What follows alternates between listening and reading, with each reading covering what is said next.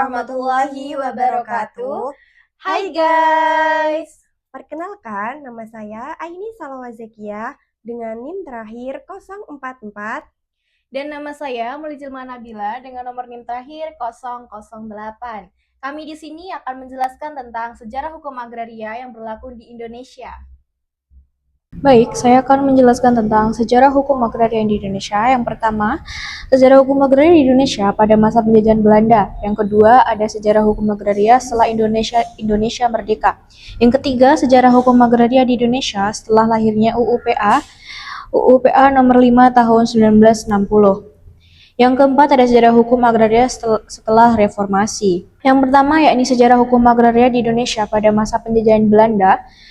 Pada masa ini terdapat dualisme hukum yang berlaku di Indonesia, yaitu hukum agraria barat berlaku bagi warga negara Belanda dan orang asing yang tunduk pada hukum barat, termasuk bagi mereka yang dipersamakan dengan orang barat seperti Jepang. Dan hukum agraria adat berlaku bagi warga negara asli atau pribumi. Selanjutnya, peraturan agraria yang berlaku di daerah pemerintah langsung. Yang pertama ada Agraris Wet nomor 55 tahun 1870. Agraris Wet lahir atas desakan modal besar swasta pada waktu dijalankan stelsel tanam paksa pada pertengahan abad 19. Yang kedua, Agraris Belsuit nomor 118. Pelaksanaan dari ketentuan Agraris Wet ini diatur dalam berbagai ketentuan dan keputusan. Salah satu terpenting ialah Koninklijke Besluit yang terkenal dengan nama Agraris Belsuit. Di dalam Agraris Belsuit ini, pasal 1 termuat domain verklaring berisi ketentuan bahwa semua tanah yang tidak dapat dibuktikan eigondomnya, maka tanah tersebut domainnya adalah domain negara. Di samping domain verklaring yang bersifat umum, di dalam perundang-undangan agraria barat terdapat pernyataan domain yang terkhusus berlaku bagi daerah tertentu yang disebut special domain verklaring. Selanjutnya, peraturan agraria di daerah Swapraja.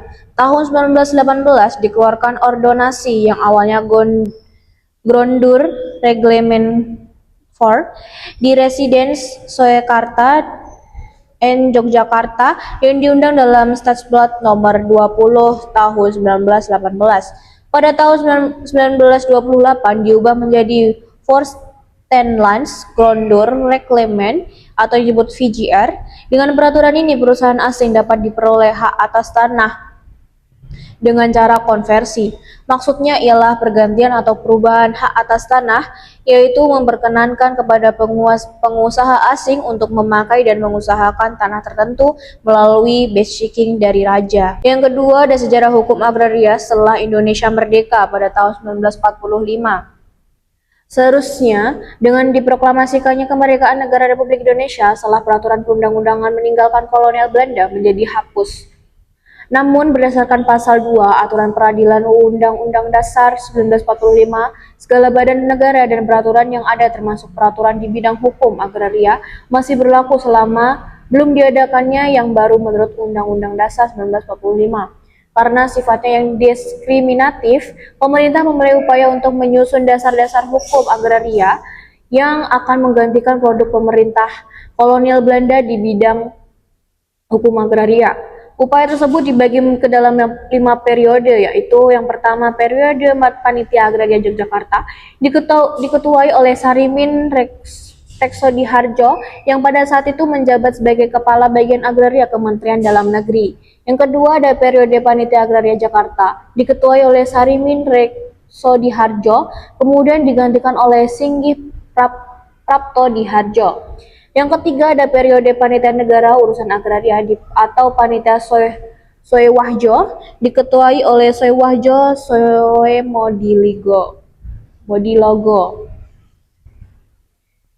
Yang keempat, periode Rancang Soenarjo dengan beberapa perubahan. Rancangan Panitia Soewahjo diajukan oleh Menteri Agraria Soenarjo kepada Dewan Menteri, kemudian diajukan kepada DPR. Yang kelima, periode rancangan Satwarjo, karena rancangan Soenarjo disusun dengan dasar UUDS, maka rancangan tersebut ditarik, kemudian diajukan rancangan Undang-Undang Pokok Agraria yang telah disesuaikan dengan Undang-Undang 45 dan Manifesto Politik Republik Indonesia. Rancangan tersebut diajukan oleh Menteri Agraria Satwarjo.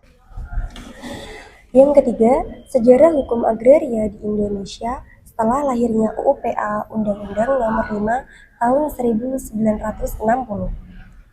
Pada tanggal 14 September tahun 1960, dengan suara bulat DPR GR menerima baik rancangan tersebut dan disahkan oleh Presiden Soekarno menjadi Undang-Undang Nomor 5 Tahun 1960 tentang Peraturan Dasar Pokok-Pokok Agraria atau yang lebih dikenal sebagai Undang-Undang Pokok Agraria. UUPA diundangkan dalam Lembaran Negara tahun 1960 nomor 104 dan penjelasannya dimuat dalam tambahan Lembaran Negara nomor 2043 serta mulai berlaku pada tanggal diundangkannya yaitu pada tanggal 24 September tahun 1960. Yang keempat, sejarah hukum agraria setelah reformasi.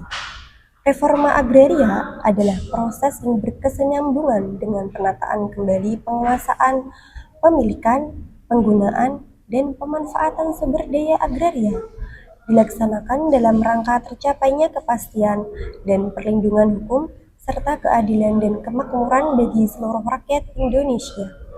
Sejak awal kemerdekaan Indonesia, pemerintah selalu berusaha merumuskan undang-undang agraria baru untuk mengganti undang-undang agraria kolonial.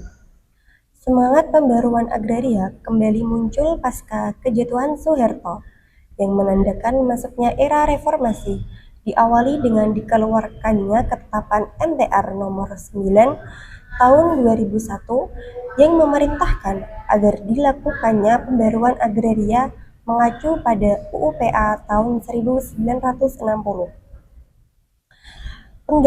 Pergantian rezim ke era reformasi tak mengurangi konflik agraria yang menimbulkan korban jiwa di pihak petani.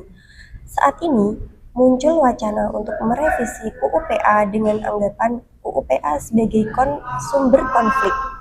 Padahal, sampai saat ini, UUPA secara sejati belum pernah dijalankan dengan sungguh-sungguh. Maka, untuk menanggulangi konflik agraria adalah bukan merevisi, namun menjalankan Undang-Undang Pokok Agraria sebenar-benarnya. Sekian dari kami. Wassalamualaikum warahmatullahi wabarakatuh.